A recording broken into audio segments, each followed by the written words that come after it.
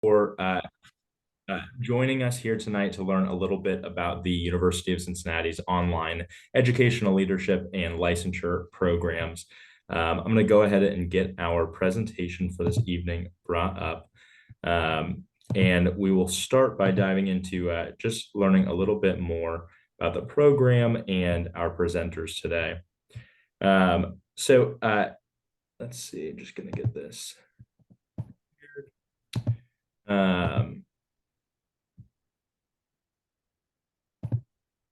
So tonight we are going to be talking about the programs that University of Cincinnati offers online for getting your administrative license here in the state of Ohio.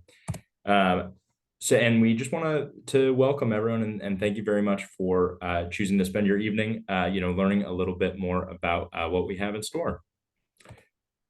So tonight we're going to go over some introductions for our presenters. We're going to talk a little bit about the highlights of our program, go into some detail with the curriculum.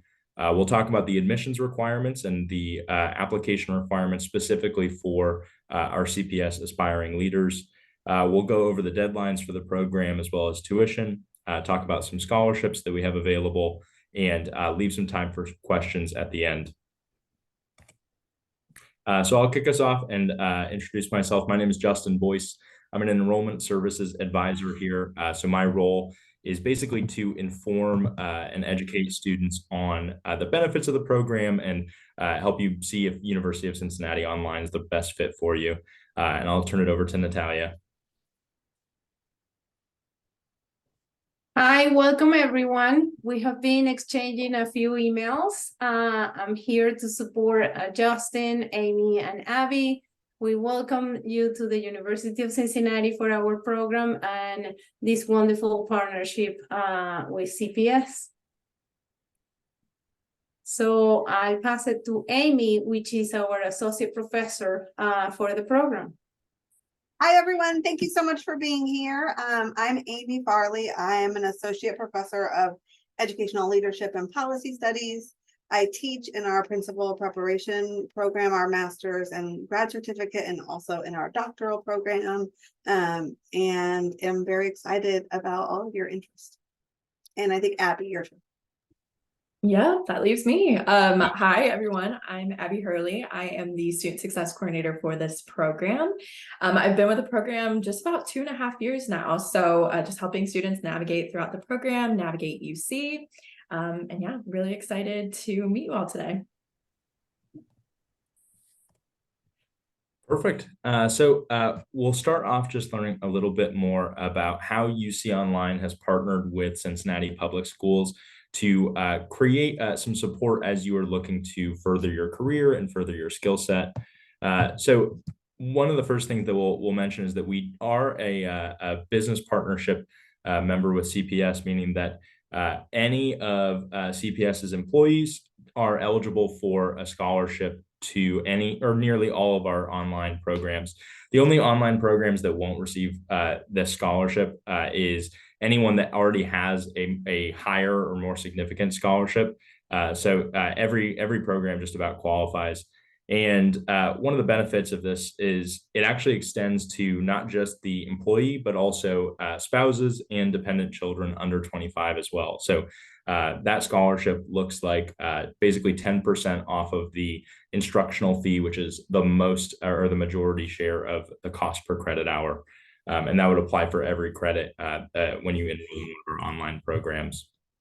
Another thing that we've done to help make it an easier transition for our CPS leaders entering our online educational leadership or principal licensure program is, in addition to waiving the application fee, so it's completely free to apply, we've actually reduced some of the application materials, which we'll cover more in detail later on. And we've ensured that you'll be paired with Abby, our dedicated advisor, to ensure that you have full support all the way through to graduation. So going through some of the highlights of our program, our faculty is incredibly supportive. And I actually speak from a pretty personal standpoint. I'm actually currently enrolled in one of our other Masters of Education programs here at UC Online. And I can talk firsthand about how every course that I've been in, I've really truly gotten a chance to know my faculty and have had really great conversations about how the coursework can be tailored to fit my personal interests or personal career goals, and have just received a ton of support when going through the courses. In addition to the enrollment advisors, so folks in my position who help you figure out if UC is the right option, we also have our student success coordinators, Abby being the SSC for this program, who will be able to meet with you all the way through when you are enrolled in the program and ensure that all of your needs are being met and that you are fully informed in which courses to register and how best to utilize the program. Our flexible scheduling is kind of the core tenet of our online programs. We know that no one really has a ton of time to spare in the day, and so we want to make sure that while you're completing the coursework, that you're able to easily fit that into your schedule. So all of our courses are fully 100% online. You won't need to visit campus for them, and the coursework will be fully asynchronous. So you won't need to log on at a specific class time or meeting time in order to complete your courses. Of course, the Cincinnati online Masters of Education programs are among some of the best online Masters of Ed ranked by US News. And our accreditation includes not just the Higher Learning Commission, but also the Council for the Accreditation of Educator Preparation. And for career outlook, as I'm sure many of you are aware, being part of the CPS Leaders Pathway and also just being interested in advancing your careers, there is a sore need for assistant principals, and educational leaders right now. And taking this step will, allow you to help kind of ease that burden and take a stand in the next wave of educational leaders. So I'll turn it over to Amy to learn a little bit about our curriculum. Thank you so much, Justin. Thanks for the kind words about our faculty.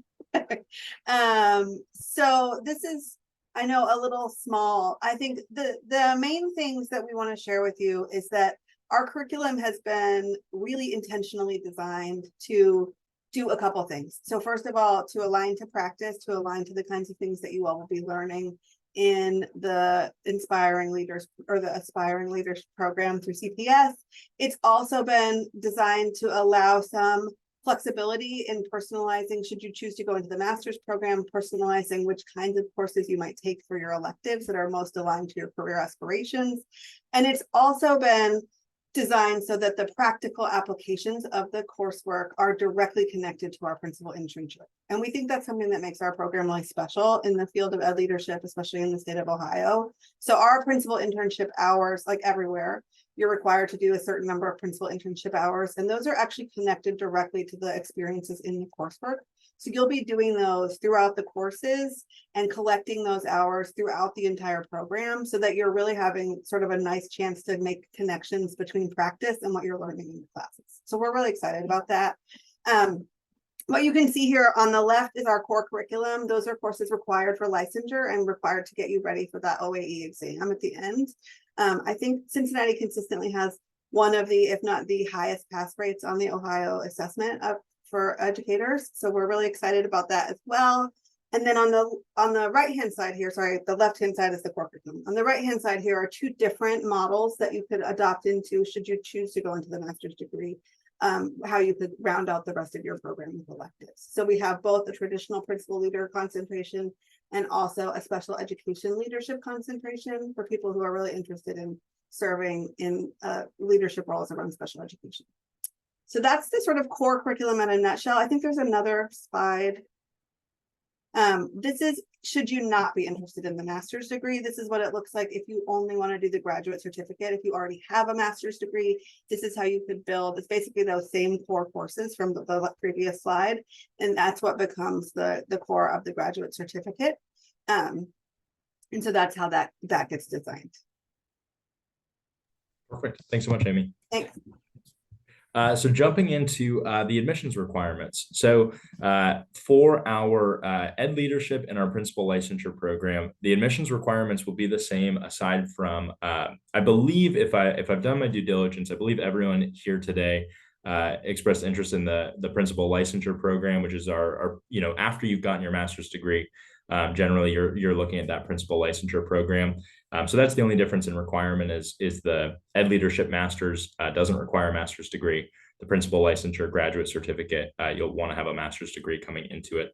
But going through, we have a recommended having a 3.0 GPA on a 4.0 scale. Of course, we do have a holistic review here at University of Cincinnati online. So your admissions reviewers will take a look at every component of your application when making their decision. We also recommend having 3 to 4 years of full-time teaching experience with a sanctioned school district when you are getting ready to apply. For materials that you'll want to submit a copy of your teaching license and a current up-to-date resume showing your teaching experience. You'll submit the same goal statement that's used for the Aspiring Leaders program. So the statement of purpose that you have written there, you won't need to write another one. You can submit that one in our application. And you'll submit some unofficial transcripts, which just means, you can usually download a copy from at wherever you got your undergraduate and graduate degree. And you'll submit that digital copy to us, which is all we need for application process. Later on, you'll want to submit the official ones, but fortunately, you'll have an enrollment services advisor to walk you through the 1 or 2 steps that goes into that. The big thing we're excited about is typically these programs require 3 letters of recommendation as well, coming from administrators and folks familiar with your teaching. We've actually completely waived that requirement for all of our CPS leaders. So coming to us from this program, you will not have to submit any letters of recommendation. You have already kind of proved your merit in joining the program, and we are happy to recognize that as you enter in our application. So the process just goes basically, first filling out the application only takes about 15 minutes, and you'll just select the program that you'd like, fill out your academic history, and again, the application fee is completely waived, so there's no cost in applying.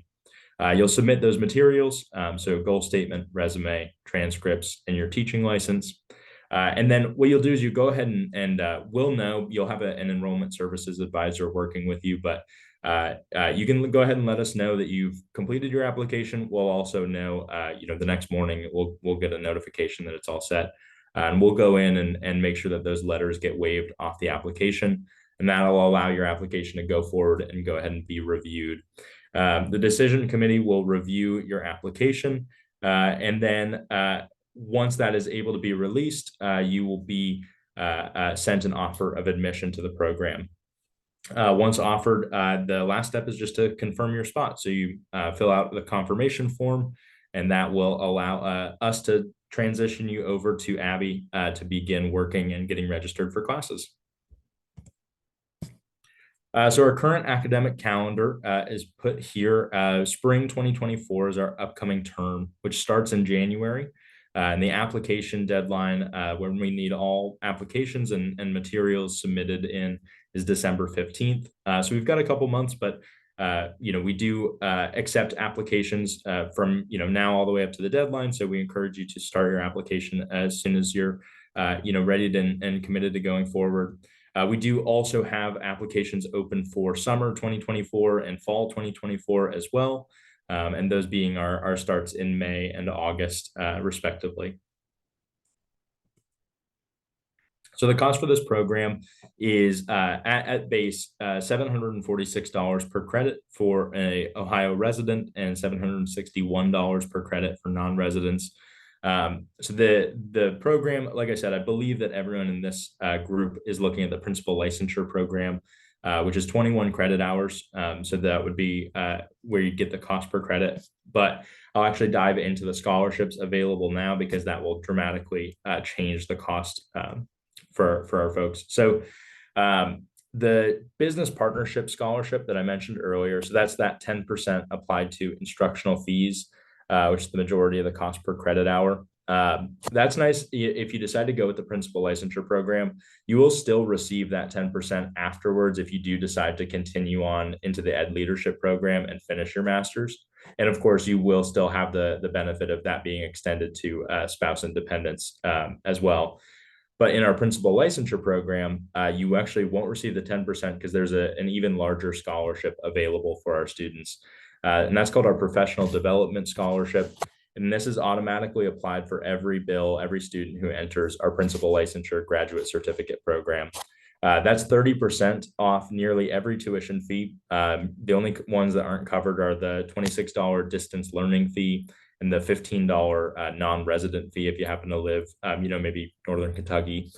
But 30% brings down that cost from $746 closer to around like $530 about for all those 21 credit hours for our principal licensure program.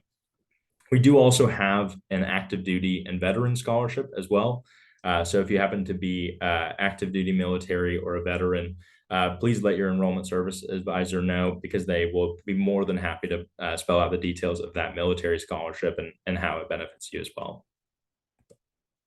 And I'll turn it over to Abby, although actually first I'll start and just go through a little bit more about my role. So enrollment services advisors, I mentioned a little bit before, but our role at the university is, we don't make admissions decisions. We truly are just here to be advisors and a support system as you are determining, where your next step is going to be as you decide to further your education. So our role is to be an expert in the program and to be an expert in the admissions process and help you along as you're going in that enrollment process. And Abby can talk a little bit more about our student success coordinators. Absolutely. Thanks, Justin.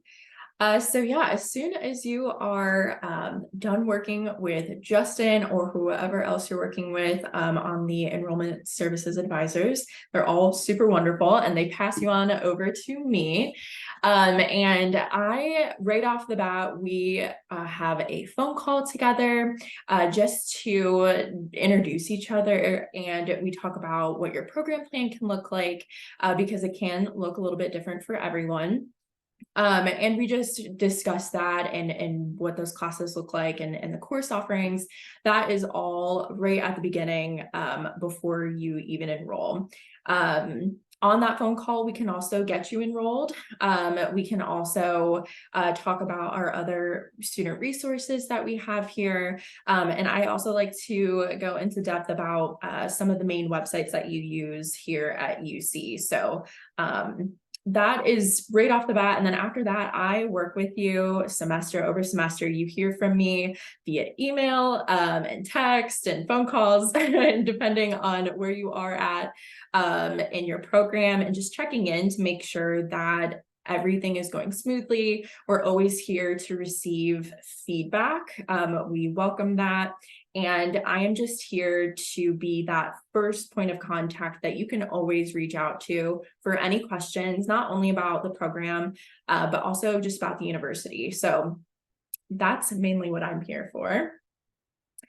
And just to kind of touch on two of our main student resources here, they're two of my favorites. They cover a lot, but with the Bearcat Promise Career Studio, this is a wonderful resource for students who are looking for career exploration, planning, and development. Some of the resources that they have there, you can work with a career coach to kind of navigate some of those things. You can practice interview skills and resume building, things like that. It's a really wonderful resource. We also, under that umbrella, have access through Handshake, which is a career platform. So you can get involved in those ways. But under the Learning Commons umbrella, this is really just kind of how it sounds. It's under our University of Cincinnati umbrella, so it's centralized, but we do have a lot of graduate level support here. Some of that looks like working with like academic coaches, and they are there to help with time management skills, study skills, that can all really be tailored to the online setting. We also have the Academic Writing Center and writing resources, which can really come in handy. But those are my two favorite and the two main ones that we have here. All right. Thank you so much, Abby. And thank you also to Amy and Natalia for being on here. We're going to turn it over to questions, and I'm actually going to stop sharing here so that we can kind of have a little more face-to-face as we go through any questions that folks have.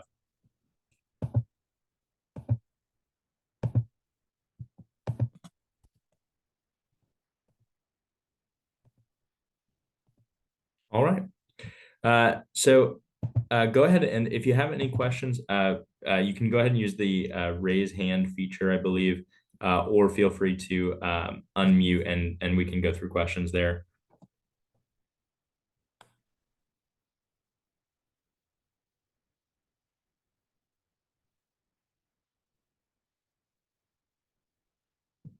Absolutely, yeah. Drazana? You. Okay. Hi. So I just wanted to double check that I'm understanding correctly. I was like about 6 minutes late, but for if you have your master's degree already, regardless of what it's in, then you would typically be going for the principal licensure. Right. Yeah. You typically be going for that principal licensure graduate certificate, where you're just going to take the 21 credit hours that are focused on the licensure requirements for Ohio. Okay. Then another question that I had is that for anyone who is interested and possibly going further, like a doctorate or something like that, can that be something that we discuss with our service rep at a later time or something like that? Absolutely. Yeah. Yeah. So for the Ed Leadership Masters, the credits will transfer directly in. You can go ahead and once you finish the program, just continue on and finish the Masters. For any of our like doctoral programs or anything, that you'd want to talk to like an on-campus advisor for, we'd be more than happy to get you connected with the right person for those programs. Okay, cool. Thank you. Absolutely. Thank you so much for your question. I'll just chime in that if you're interested in anything sort of in the leadership and policy space for doctoral work, we have nice sort of program integration and we're happy to help support you. It's the same faculty who teach in both concentrations. Perfect. Thank you.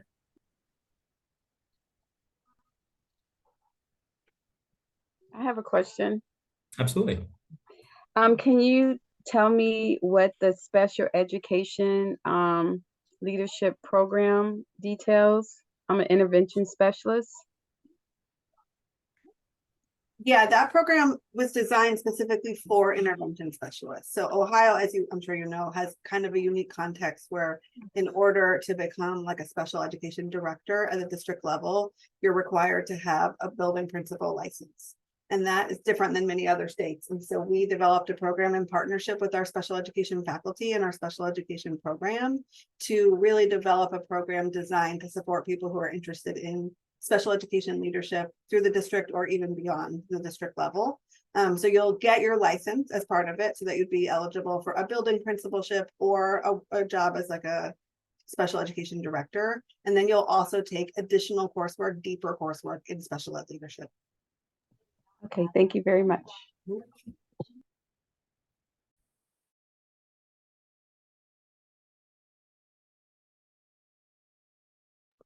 So, and I'm sorry, let me raise my hand first. Please go ahead. So for the programming, since it's completely asynchronous, we can do our schoolwork, our readings, all of that on our own time. So then how do we communicate with our faculty members? Sure. Yeah. So anyone else can feel free to jump in because this kind of touches on all of our areas. But in my experience, so in addition to the just feedback that you get on assignments and the work that you're doing in the program, I've also had pretty much every class I've taken start with a couple optional like meet and greet opportunities. So they're not required, and usually there's like 3 or 4, so that you can usually find like I did one on a lunch break once. To get to know your professor. And then throughout the semester, there's typically always office hours, as well as a number of my faculty members have actually provided some, like contact information to say, please reach out if these office hours don't work, we'll find a time that does. So you're not required to do the synchronous components, but they're absolutely there if you want to have that, personal connection or get some more support. Thank you. Yeah, I'll just echo that as a faculty member. I think it is asynchronous in that there's not an expectation that you have to be somewhere at a specific time without any of your choosing, but it's not asynchronous to mean that you're never expected to talk to a human being.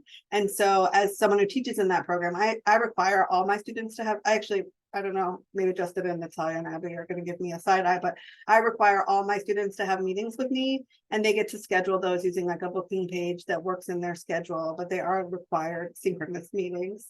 But they're on their own, and that we just have a couple of those over the course of the semester. Other faculty have like students in smaller groups that might schedule their own sessions or choose to meet asynchronously through various ways instead of just having like online discussion boards. And then our internship supervisor is currently is an acting superintendent. He's incredible, and so he works really closely still in the schools, and he has meetings also with people about internship and with their supervisor to sort of really support them. So while it's asynchronous, we also really try to build a community in our program. It's one of our sort of core values as a faculty. Great. Yeah, Nicole. I'm sorry, I may have missed this because I was driving and I logged on a little bit late. What is the cost of the program, and is there financial aid available? Sure. Yeah. So were you interested in the Educational Leadership Masters or the Principal Licensure program for folks who already have their masters? So I have a master's in early childhood education. So I don't know, and that was my other question. I didn't know if I needed a master's in educational leadership. No. So if you already have your master's, then you'll want to look at the Principal Licensure program. That's our 21 credit hour program. And that is the one that it's not financially eligible because it's a post-master's program. However, it does come with that 30% professional development award. So every single student admitted to that program will receive 30% off of just about every fee that makes up the cost per credit hour. There's the $26 distance learning fee that's not covered there, but so that brings the cost down to depending on if you are in state or if you're like across in northern Kentucky, it's between $525 and $535 per credit hour. So it brings the cost of the program down a couple $1,000s. Okay, and that's the 1-year program, not the 2-year program. Right. Yeah. So that's the principal licensure can be completed in 1 year. And Abby, you can feel free to jump in if there's more on kind of how the pacing works there. But Thank you. Yeah, that's about right. Yeah, 1 year and then about 2 years for 5 semesters for the master's.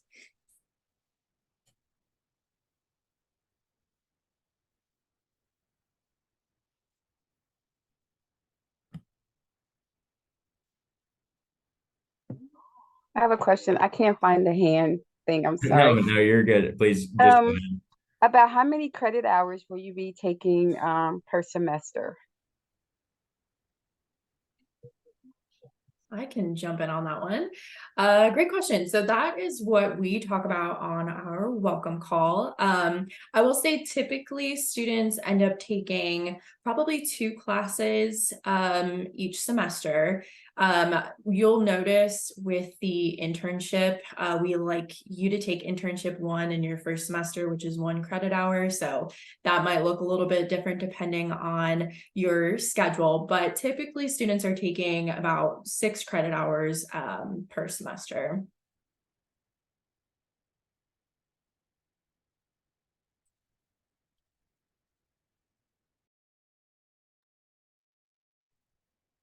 I'll just chime in. I'm sure you all know this, but one of the things that students are nervous about sometimes about taking on a principal program, a graduate degree, is figuring out how to fit in their hours. I think I already said we try to do that throughout the program, and that's one way that we really try to help students figure out how to fit all those hours in with their supervisor. So first of all, you can use a lot of work that you're already doing for those hours, and the things that you're doing through this program are also things that you could be doing for those hours. But we also, that's why we have you start in that internship 1 course in the first semester, because you can start banking your hours as soon as you're admitted, as soon as you're enrolled in the program. So you're not trying to squeeze all 240 hours into a single semester. So if anyone's having that anxiety, I just want to offer that helpful, supportive advice.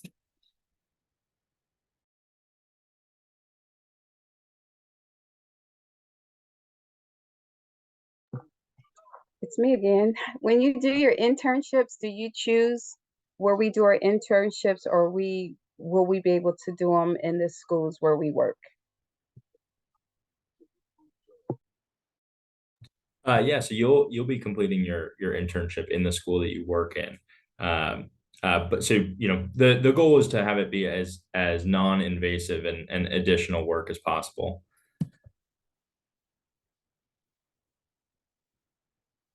Oh yeah, Kendra.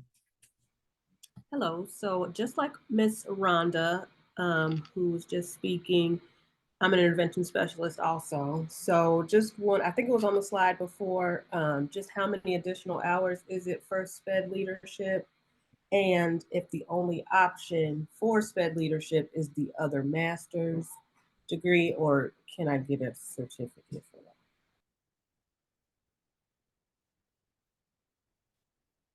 that? Yeah, Amy, do you want to speak on Yeah, that? I want to make sure I get this right. So if I get this wrong, will you all correct me? Typically the 7 core courses that are not the SPED specialization courses are required for licensure. So that's what is the grad certificate. If you wanted to add on the master's degree, that's where you would choose a specialization. So that would be where you could choose the SPED, like that SPED leadership specialization, or the traditional, or we also have a non-licensure route for people who are more interested in sort of policy and they don't want a license. That said, there is also a standalone special education leadership grad certificate that you could take that does not include a license. So ostensibly, if you didn't want a master's degree, you could take that standalone special education leadership grad certificate. And you could also enroll in the grad certificate in principal leadership, and you could have both of those, but you would essentially be doing all the requirements for a master's degree without getting one. So I would probably at that point just advise you to enroll in the master's degree program, but they are standalone programs that you can do separately as well. Does that make sense? Did I get that right? Yeah, Well, I will say, oh, go ahead. Basically, if I want special education, it has to be another master's degree. So if you wanted like a master's degree in special education, then that would be true. If you wanted to take just the coursework though, if you wanted that specialization, basically it'll be 21 credit hours for the principal licensure, and then another 9 credit hours for the special education concentration, and you would end up with a master's of education in educational leadership, and have taken that special education coursework. But we do have that also available in a standalone certificate, and also in a if you wanted to go in our special education program afterwards, that would also be another option. Okay, thank you. Yeah, thank you so much for the great question. And Chuck. Hey, this might be a question for Mr. Kuhnlein. I'm not sure, but I was just reading the email that was sent to all of us with all the information. And I know you guys said the date deadline is December 15th, I think. But then there's that October 5th event at, I think it's down on Burnett Avenue. I was just wondering if that kind of changes anything with us and applying or anything like that. Great question, Chuck. At the beginning, I mentioned that I would just be sending a follow-up email to anyone tomorrow as well, just to try to make the distinction. There's sort of 2 separate things happening at one time. We're trying to treat them as one thing because we've been working with UC for the almost 6 months now to try to make this one seamless partnership. But there's the coursework through a university that would be required to get your principal licensure.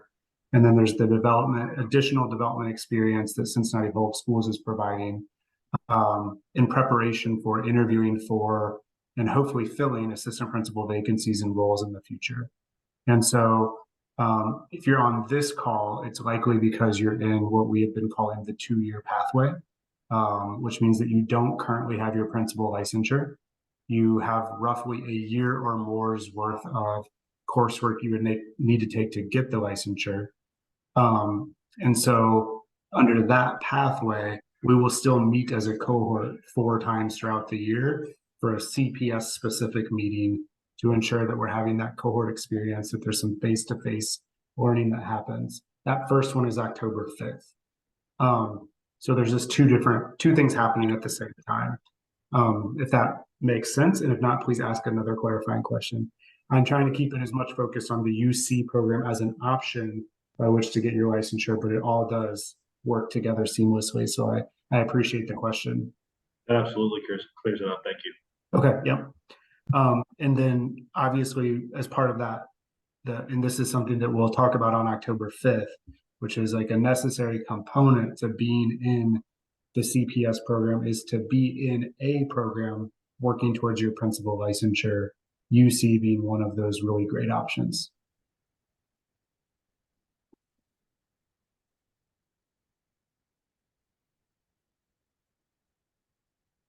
Thank you for asking that, by the way.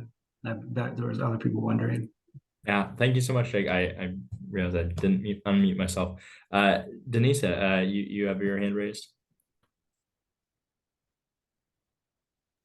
Yeah, I have a question. Does the district plan to share any of the costs for this?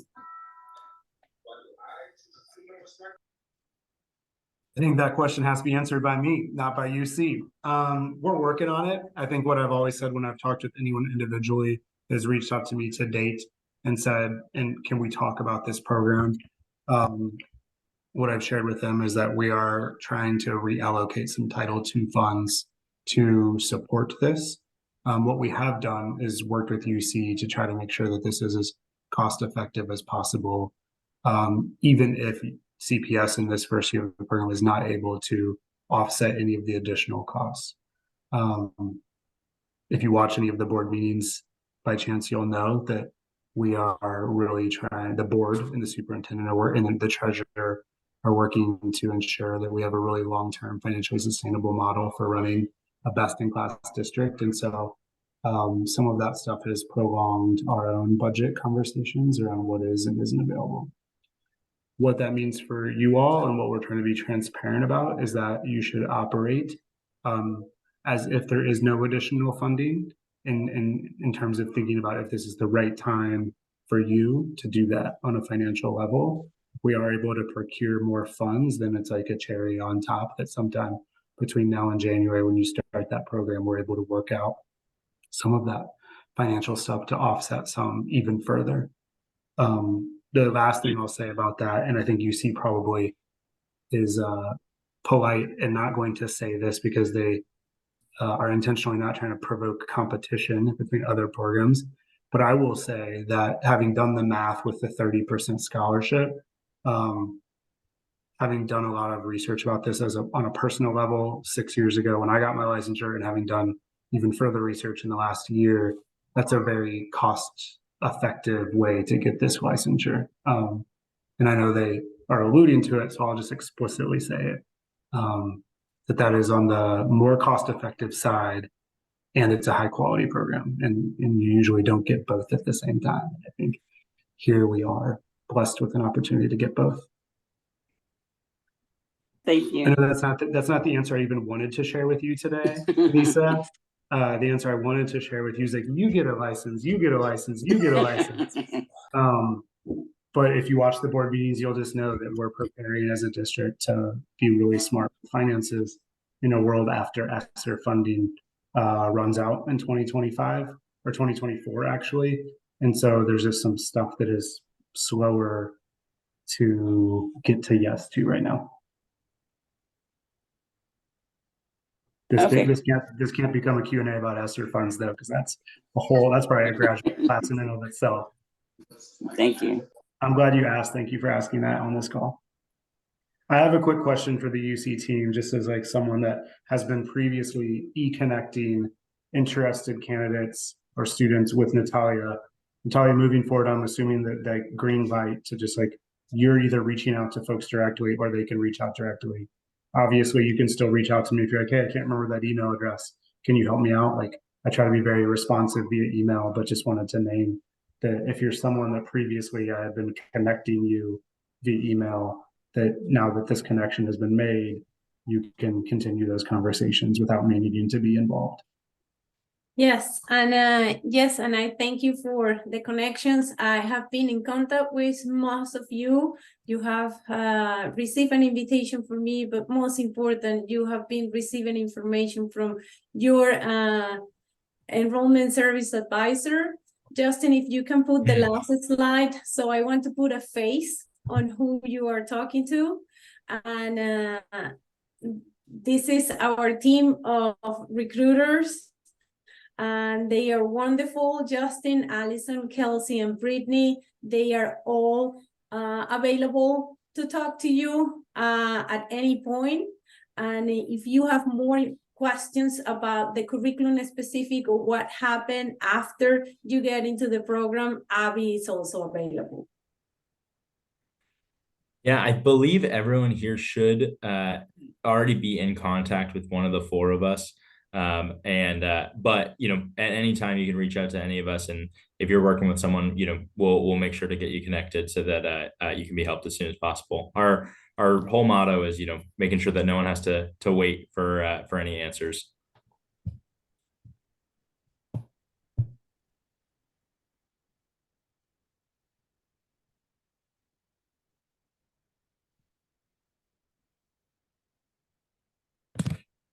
Did we have any other questions tonight? We've got some great ones so far. I have a quick question about, I'm currently working on my TESOL and I have another semester of that. So when I do my application process, am I opening a new application? Am I going to have to do all new transcripts and that type of thing, or will it just kind of carry over since it's relatively new? I started in the fall or in the summer, I'm sorry. So you will need to reapply, but fortunately, because of the CPS partnership, the hardest parts or the most intensive parts of the application have been waived. So no letters of recommendation required. You know, resume should still generally be up to date or easy to update. The goal statement will be the same as what you've already written. So it should. We've tried to really streamline it so that no one has to do too much legwork after already, you know, being a part of the CPS program.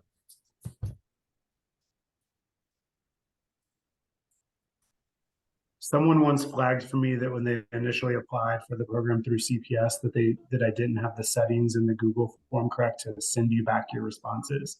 If you need your draft of the goal statement you wrote, just email me.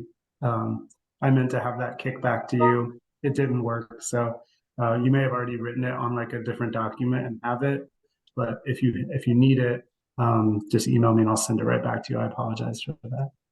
Hearing Rachel's question made me think of that.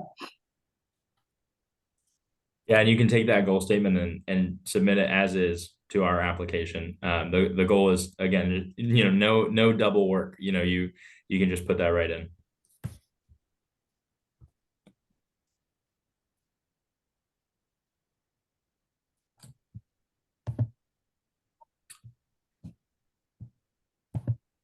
Yeah, Kendra. Yes.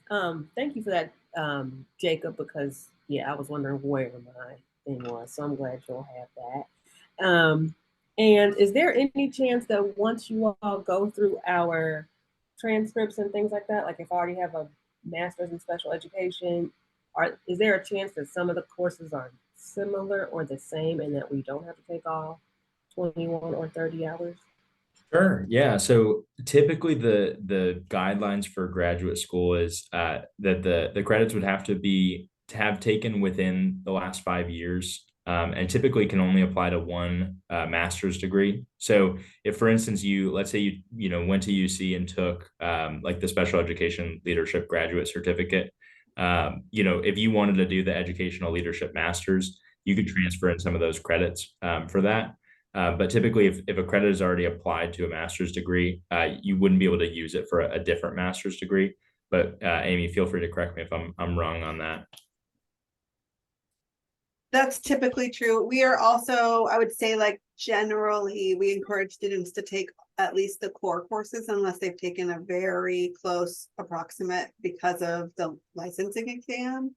But we have made, you know, I just approved a transfer credit this week for a student that was applying that had taken school law at another institution that was a pretty comparable course. So we do make that policy sometimes, and depending on how many credits are in your master's degree, even sometimes if you took credits exceeding the credit threshold, we can sometimes take those credits as well. So we try to work with you if we can. Thank you.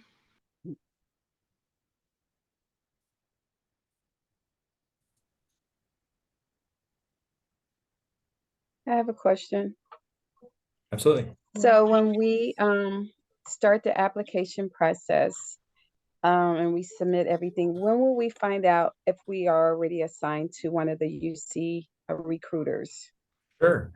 So the process we've been going through is we've been trying to reach out as soon as you have expressed interest. So hopefully you should have already received an email from one of us, entering the program. Actually, Rhonda, I believe that I'm the one working with you. So you should have an email in your inbox from me. But as soon as you start an application, if you have done so before we were able to reach out to you, the system will send us a notification, and we'll get connected with you the next morning or the next weekday morning. So where the goal is that we'll be available as soon as you're interested in the program, but just in case, as soon as you start that application, even if you haven't finished it yet, we'll still be in contact as soon as possible. Thank you. Absolutely. Great question. Actually, just to complement Rachel, Kelsey is your assigned enrollment service advisor, and she will be more than happy to reach out to you tomorrow to answer any additional questions.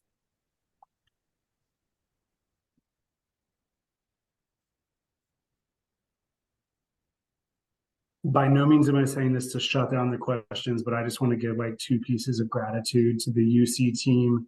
I want to just acknowledge publicly in front of everyone, you all have been incredibly awesome thought partners since we first crossed paths and started engaging in conversations about this program and this pipeline work last spring. So thank you. And to the CPS teachers and staff that are on the call and so many more, like I couldn't be more inspired and excited that CPS is investing in pipeline work to say, hey, there should be an inclusive, rigorous, and transparent process to prepare the next leaders and administrators in our district. And you being so willing and engaged and invested in that opportunity is just, quite literally the favorite part. My favorite part of my job is like seeing this all come to fruition and come together. So I'm excited for what's to come because of it. So thank you as well.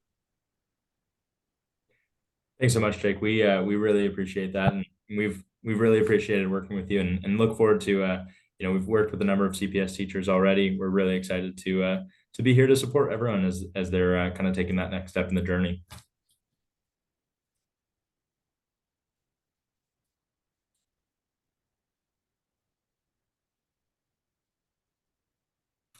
Any last questions here? I don't want to monopolize anyone's night, but I think this has been super productive. I hope people have had a good experience getting to kind of talk about the program. I would like to say thank you for offering us this opportunity to get to see the faces of the people who we'll be working with and to give us more of an insight on the program. And I must say I'm a little bit more excited. Thank you. Oh, we're really happy to hear that. Thank you. Thank you for saying that. And honestly, I can speak for someone who sends a lot of emails. It's always really nice to have these opportunities to really get some face-to-face contact and talk to the students that we're helping.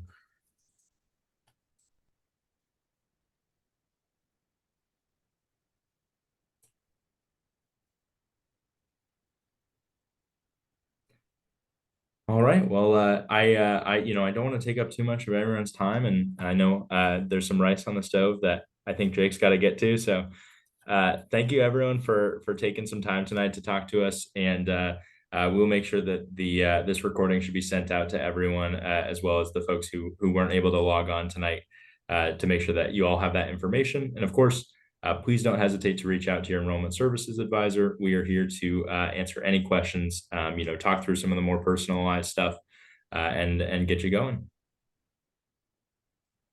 Thanks, everyone.